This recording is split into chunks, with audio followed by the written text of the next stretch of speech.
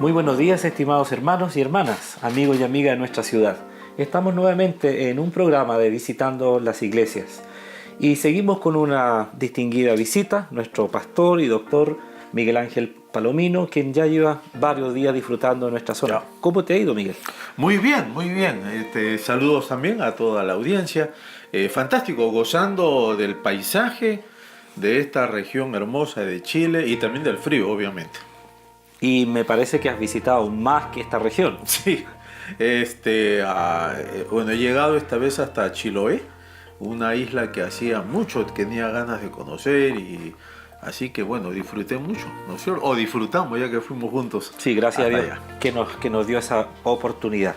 Bueno, y para todos los hermanos, sabemos, muchos viajan a diferentes zonas del país y en todo lugar hay una iglesia. Pasamos la ruta cerca de Huildad y ahí teníamos una iglesia en medio de la carretera y pudimos apreciar su arquitectura. Miguel, ¿te parece si seguimos conversando? Ya pensando en esto mismo, una iglesia metida en una isla, en una carretera, en medio de montaña, de árbol, y uno dice, bueno, ahí hay espiritualidad. Hoy día vivimos un tiempo, una época bastante especial. ¿Cuál es tu opinión sobre el contraste entre la espiritualidad de hoy y la espiritualidad, o la secularización y la espiritualidad, y toda esta ruta que estamos llevando hoy día? Es una pregunta que no solamente buena, sino también relevante para todos nosotros. Nota tú que allá por la década de los 60, los sociólogos, filósofos y aún teólogos decían que la secularización iba a prácticamente a aniquilar las iglesias. Un famoso teólogo de la Universidad de Harvard, llamado Cox, él dijo, por ejemplo, que en los años 60, que en las próximas décadas la religión ya no sería parte del ser humano. O sea que el ser humano por fin lograría desprenderse de todo esto. Y Harvey Cox, entonces, en cierta medida, ¿no es cierto?, dijo, quizá ya en muy pocos años no vamos a ver más nosotros ni espiritualidad, ni religión, ni iglesias llenas, ni nada de eso. Eso fue en el año 66, si no me equivoco, que él escribió ese librito sobre la ciudad, la secularización de la ciudad. En el año 96, 30 años después, él escribió otro libro, el mismo Harvey Cox escribió otro libro llamado Fuego del Cielo. Y en este libro, 30 años después, él empieza diciendo, hace 30 años que yo escribí pronosticando que la religión iba a desaparecer. Y él dijo, me equivoqué. No es la religión la que va a desaparecer, sino es la secularización la que va a desaparecer. Al revés. Al revés. Y lo que es más, él dijo que estábamos entrando al siglo XXI con un mundo totalmente, diríamos, interesado en cosas espirituales, que era algo que no se vislumbraba 30 años atrás. Y creo que eso ha pasado, y como otros han dicho, ¿verdad? ¿El siglo XXI será espiritual o no será? Ahora, ese contraste, como tú dices, entonces, ¿por qué es que la gente hoy día es tan espiritual? ¿Eso necesariamente significa que están buscando iglesia, a Dios? ¿O qué es la definición de espiritualidad a la que se refería este señor, o que nosotros percibimos hoy? Porque en efecto hay templos que tienen mucha gente, pero los países están decayendo moralmente. ¿Cómo podemos entender eso? Sí, creo que el tema de la espiritualidad tiene que entenderse en el marco de que el ser humano es un ser espiritual. No solamente somos, materia, ¿verdad? Somos también espíritu. Y por lo tanto, nosotros estamos inclinados a buscar aquello que, bueno, algunos dirían metafísico, nosotros diríamos algo espiritual, que dé sentido a nuestras vidas. Lamentablemente la espiritualidad, diríamos, también implica que a veces confundamos lo que significa ser una persona espiritual, o sea, que busca de Dios y busca, ¿verdad?, satisfacer esos deseos del alma, con lo que nosotros llamaríamos netamente prácticas espiritualistas, hasta cierto punto chamánicas o mágicas, dirían los sociólogos, ¿verdad? Para dar sentido a la vida. Y ahí entonces encontramos nosotros que no solamente la iglesia está creciendo, no solamente la iglesia está llenándose de gente, hablo en iglesia en términos generales, tanto las iglesias evangélicas como aún las católicas en muchos lugares, sino que también están creciendo otros grupos que no tienen nada que ver con el cristianismo. Grupos ancestrales están creciendo aquí en América Latina, todas las religiones autóctonas están siendo reavivadas. En Europa, en Inglaterra en particular, los druidas están creciendo, en la Europa nórdica de la misma manera. Y todo eso nos habla entonces que la gente ya se cansó de solamente ser objetos, ¿verdad?, de estudio como seres materiales, sin tener nada o ninguna referencia o relación con su mundo interior, que es espiritual. ¿Y eso presenta algún peligro, digamos, en el tema de la presentación del Evangelio propiamente tal? ¿No hay presentación del Evangelio? ¿Cómo una persona de esta época, con este nivel de búsqueda, por ejemplo, enfrenta la iglesia como institución, como entidad, como cuerpo? Creo que en esta búsqueda espiritual, Miguel, la gente obviamente se vuelca a la iglesia porque siempre tradicionalmente la iglesia ha sido el vehículo que ha comunicado al ser humano con Dios, o en este caso el sacerdote o el pastor, hablando del cristianismo. Pero en nuestros días hay una diferencia con antaño. En nuestros días la gente ya no cree en la iglesia cristiana institucionalizada, llámese católica o llámese protestante. En otras palabras, la gente, particularmente la gente joven, digo joven de 40 años para abajo, ¿verdad?, no tienen ya esa confianza en sus líderes religiosos, menos en una iglesia ya diríamos burocratizada, etcétera, etcétera. Por lo tanto, ellos se están volcando a grupos o iglesias que no tienen ningún tipo de parentesco o relación con las iglesias establecidas históricas.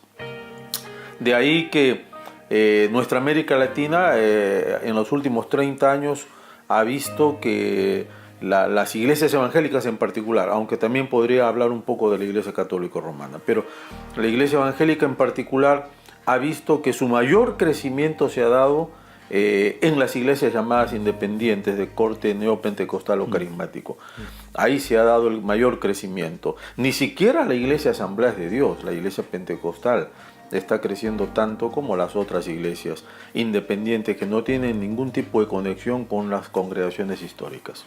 Ahora, este surgimiento de iglesia independiente va de la mano también con la búsqueda de la gente de ciertas personalidades, porque pareciera que estas iglesias independientes crecen, pero crecen alrededor de un solo personaje, de un líder, de una personalidad un poco carismática. No tienen más iglesias, o si abren más iglesias siguen todavía dependiendo de esto. ¿Tiene relación la época, la búsqueda de personalidades en quien confiar y este surgimiento de iglesias? Yo creo que sí, hermano.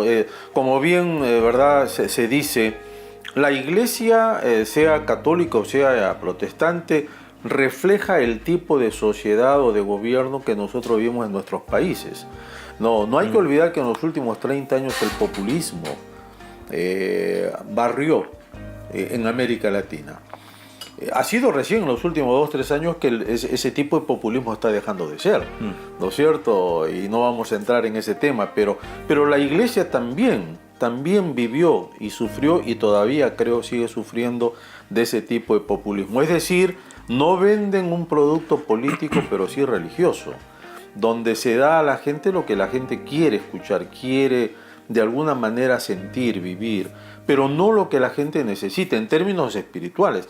De ahí es que la palabra de Dios prácticamente se interpreta de cualquier manera, ¿no? Ya no hay reglas Y nota tú, hermano, que esto está relacionado, como bien dijiste, con personalidades que dirigen las iglesias. En un estudio secular que se hizo sobre el liderazgo protestante en América Latina, se afirmaba que tal vez un 60, si no un 70% del nuevo liderazgo evangélico en América Latina no tienen una formación teológica formal. En otras palabras, sus pastores y líderes no pasaron por un seminario teológico formal, es decir, de 4 o de 5 años. Tienen estudios teológicos, pero uno acá, otro allá, pero nada estructurado. Y eso también se refleja obviamente en lo que nosotros vemos en las iglesias hoy en día. Dijiste hace unos minutos, y voy a dejar esta pregunta como para el siguiente segmento, pero dijiste sobre esta búsqueda de la iglesia, pero esta iglesia más independiente, más eufórica en cierto modo, más espiritualista y todo. ¿Qué pasa con las iglesias tradicionales o históricas? Se vaticinó por un buen tiempo que las denominaciones iban a terminar, que las iglesias históricas iban a fenecer, que iban a quedar sin miembros, iban a morir los más antiguos y ya definitivamente no iban a ganar más. La pregunta para el siguiente es, ¿efectivamente estas iglesias van a fenecer? ¿Cuál es su punto fuerte? En contraste con este emerger. Incluso me atrevo a avanzar más en la pregunta. ¿Es acaso que las iglesias históricas tienen como gran victoria permanecer en la Biblia y en la enseñanza correcta? Vamos a ver si tenemos una respuesta o un comentario. Hermanos, seguimos adelante, tomamos unos minutos para escuchar a los que auspician y patrocinan estos programas. Les bendecimos y volvemos en unos minutos. Mis estimados, gracias por permanecer con nosotros. Seguimos en la conversación sobre esta batalla de la espiritualidad o este resurgimiento de la espiritualidad. Y la pregunta, decía, ¿cierto? Se vaticinó que las iglesias históricas, más de 60, 70 o 100 años, denominacionales en cierto modo, iban a desaparecer o iban a ir perdiendo miembros o envejecer o definitivamente no iban a poder mantener la espiritualidad contra este otro emerger avasallador. Las iglesias históricas van a permanecer. Esa es una buena pregunta. En Europa se habla hace ya mucho tiempo del postcristianismo. O sea, las naciones europeas que se fundaron sobre una base cristiana ahora ya se autodenominan postcristianas. En Estados Unidos todavía no se ha llegado a decir eso, aunque se está viviendo lo que llamaríamos nosotros una etapa en las cuales las iglesias históricas van desapareciendo. Poco a poco van perdiendo membresía. Aún la Iglesia Bautista del Sur en Estados Unidos, que es la iglesia más grande de los Estados Unidos, en los últimos 2-3 años ha venido declinando en membresía, pero de una manera consistente y alarmante. En otras iglesias, como por ejemplo la Iglesia Presbiteriana Escocesa, ellos mismos dicen que si el ritmo de crecimiento continúa en la misma manera como hasta ahora, quién sabe si en 30 o 40 años, o sea, una generación, o sea, la iglesia presbiteriana podría desaparecer. En América Latina se habló mucho, particularmente en la década pasada y antepasada, que las denominaciones iban a desaparecer. Yo tengo buenos amigos, ¿verdad?, pastores, teólogos, que inclusive escribieron sobre eso, que ya estamos en un post-denominacionalismo. Hubo intentos en América Latina inclusive de unir iglesias históricas porque se temía de que ya pronto todo eso iba a desaparecer. Yo no lo veo así en América Latina. No lo veo así. Yo creo que sí, algunas iglesias históricas han decaído mucho. Ya no se ven por lo menos en nuevos templos o nuevas congregaciones, pero están presentes. Otras, como la Alianza Cristiana y Misionera, sigue totalmente activa, a pesar que ya tiene en América Latina más de 100 años de presencia. Correcto. ¿No es cierto? A mí me parece que va a continuar, las denominaciones van a continuar, como también las nuevas iglesias independientes, que dicho sea de paso, ya después de 30 años que ya ha pasado, ya esas iglesias independientes se están volviendo denominaciones. Lógicamente, por una cosa lógica.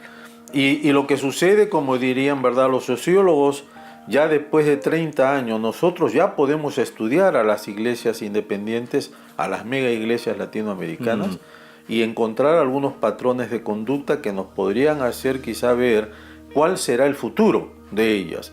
Por lo pronto, ya hay algunas, lamentablemente, en América Latina que se han atomizado,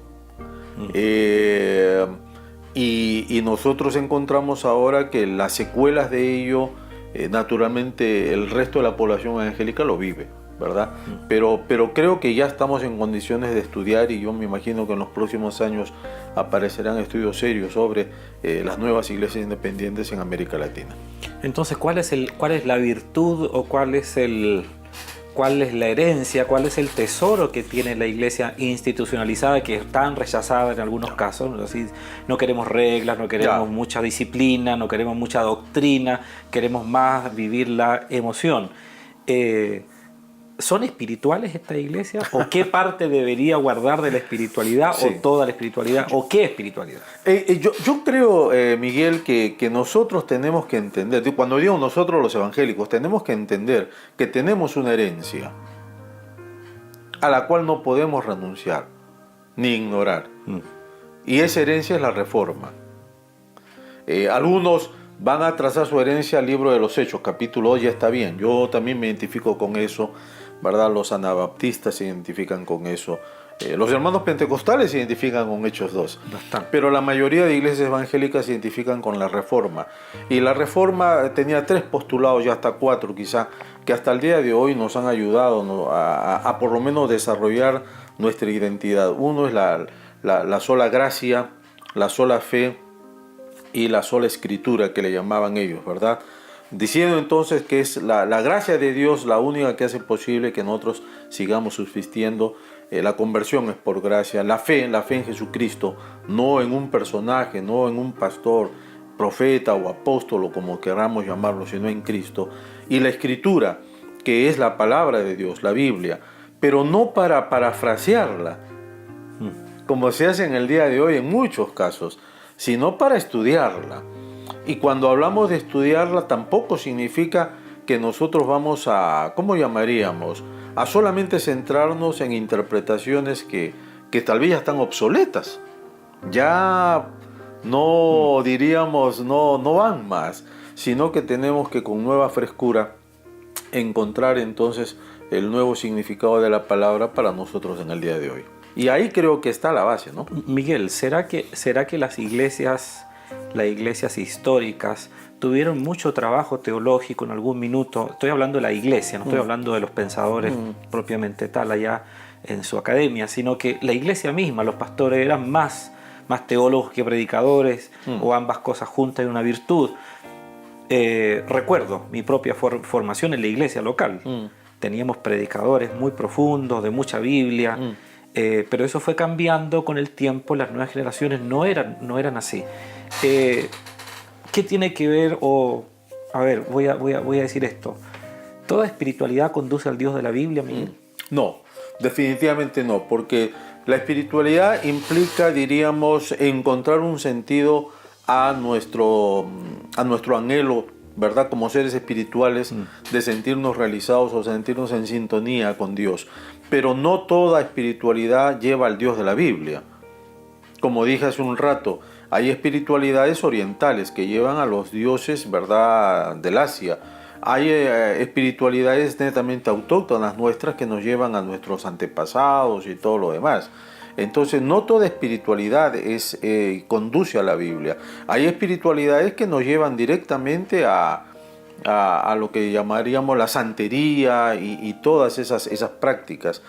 Por lo tanto, es importante saber que nuestra búsqueda espiritual tiene que estar encaminada, ¿no es cierto?, correctamente a través de las Escrituras, para llegar a conocer al Dios de la Biblia, el Dios que nos dio la vida y el Dios que hace sentido o que da sentido a nuestra espiritualidad. Entonces, ese es el gran tesoro, la gran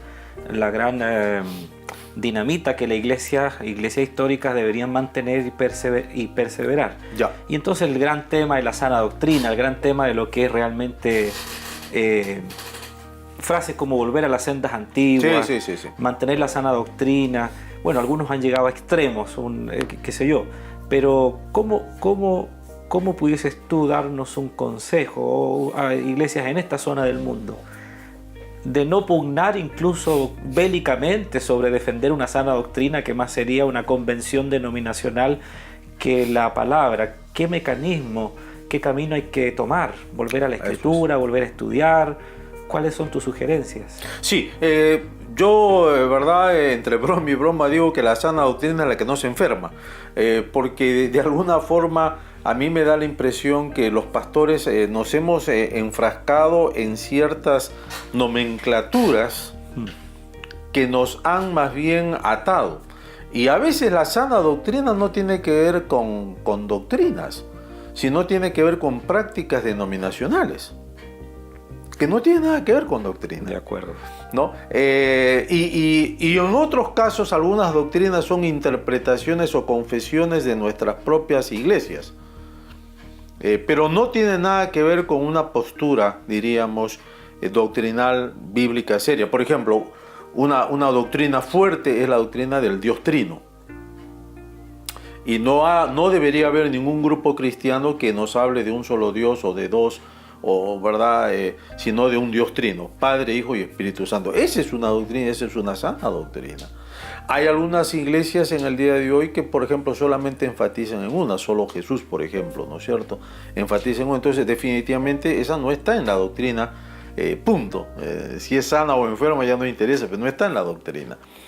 La salvación en Jesucristo es otra doctrina, otro pilar. Y la salvación por fe en Jesucristo, por gracia. Pero hay otras que le llamaban doctrina antes, pero que no tienen que ver necesariamente con eso. Yo viví en Argentina muchos años y allá una denominación en particular, por ejemplo, hablaba del velo en las mujeres cuando iban los domingos al culto.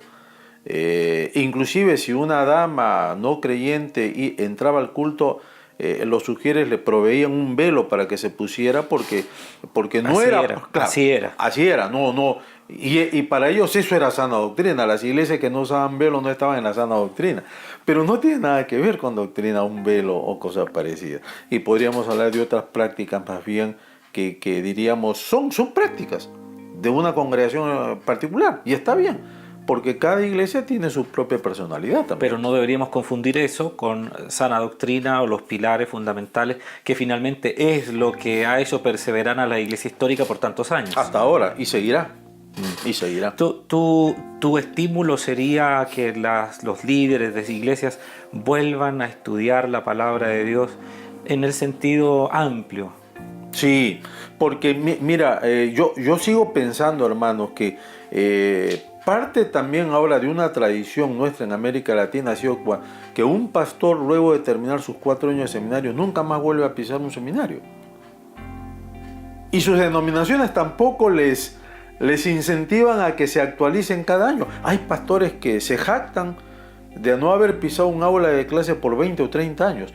Para mí eso es signo de algo. Es signo de algo.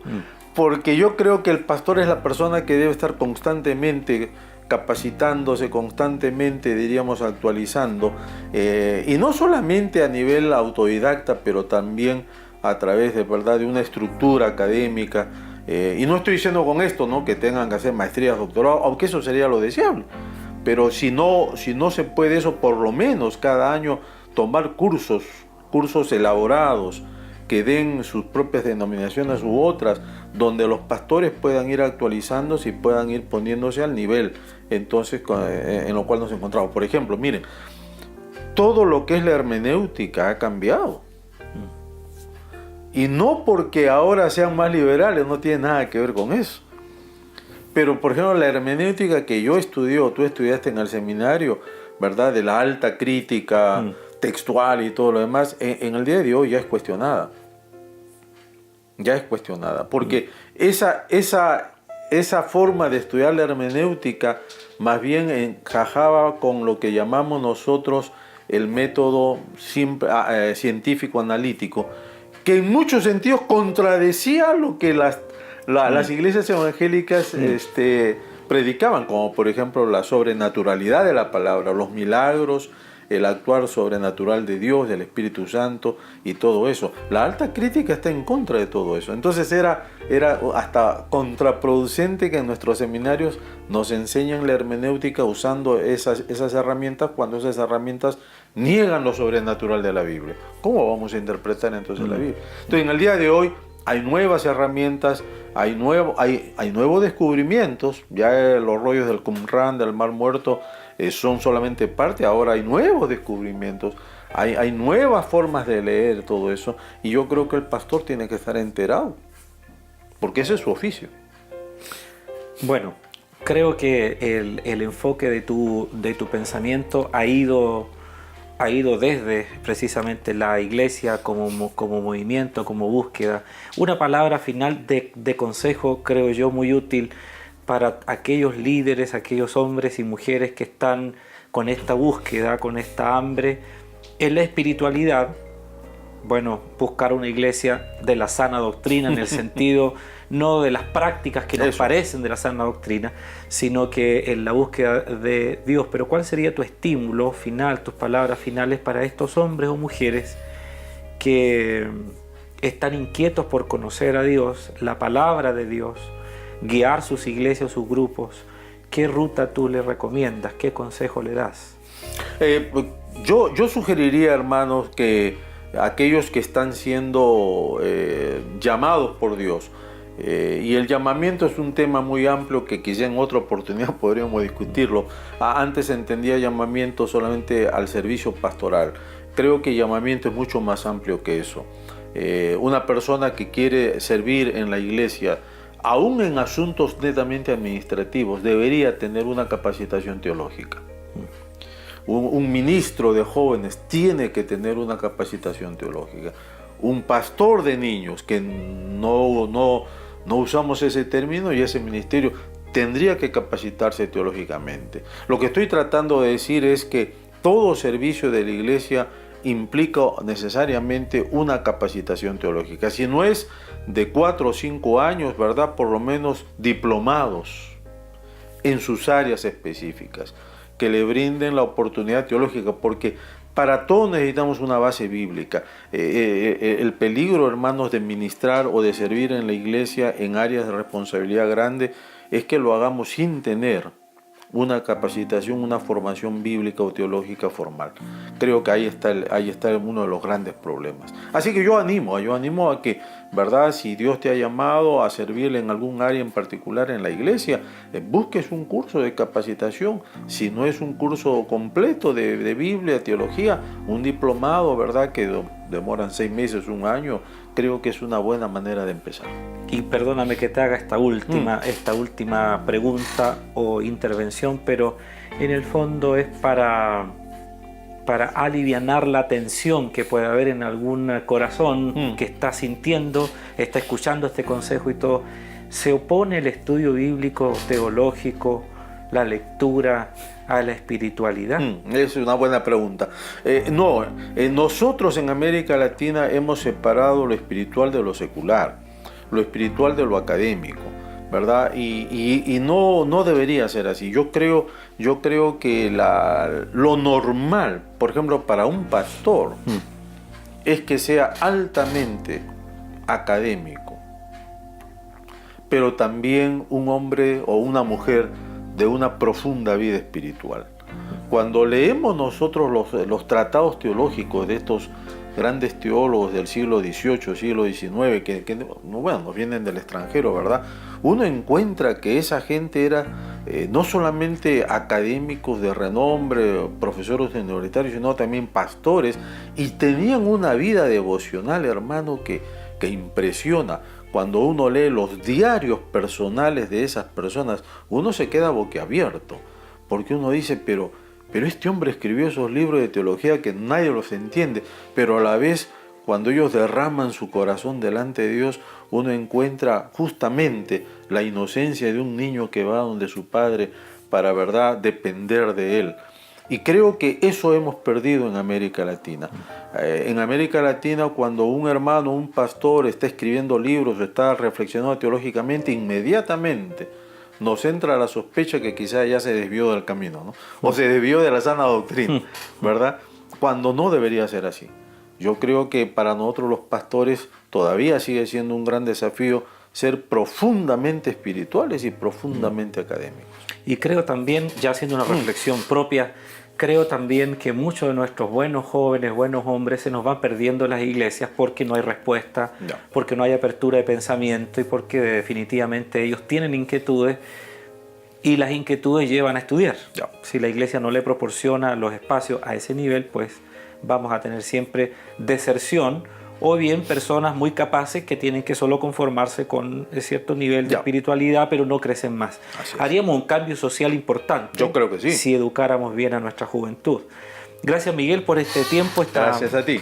Estos minutos, más de media hora que hemos compartido.